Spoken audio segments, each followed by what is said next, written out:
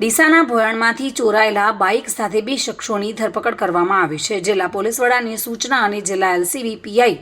વીજી પ્રજાપતિના માર્ગદર્શન હેઠળ સ્થાપના પીએસઆઈ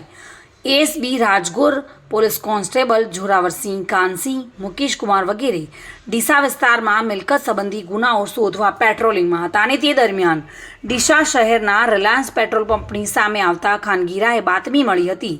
કે ઈસમો પોતાના કબજામાં રહેલ બાઇક જે ચોરી છે કે છળકપટથી મેળવી હોય સસ્તા ભાવે વેચવા ફરી રહ્યા છે અને ગાયત્રી મંદિર તરફથી આખોલ ચોકડી તરફ જઈ રહ્યા છે। જે બાતમીના આધારે સજાવટ ફર્નિશિંગ શોરૂમ આગળ વોચ ગોઠવી હતી અને તે દરમિયાન બાઇક આવતા પ્રકાશભાઈ બળદેવભાઈ લોહાર અને અજયભાઈ અશોકભાઈ લોહારને બાઇકના માલિકીપણા બાબતના આધાર પુરાવા માંગતા પોતાની પાસે નહીં હોવાનું જણાવેલ અને પછી તેમની યુક્તિ પ્રયુક્તિથી પૂછપરછ કરતા તેમના કબજામાં રહેલ બાઇક એક દિવસ અગાઉ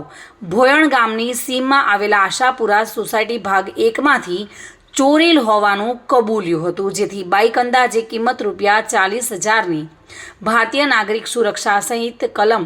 106(1) મુજબ કબજે કરી બંને વિરુદ્ધ ભારતીય નાગરિક સુરક્ષા સંહિતા કલમ 35(1) મુજબ ગુનો નોંધી ડીસા શહેર ઉત્તર પોલીસ મથકે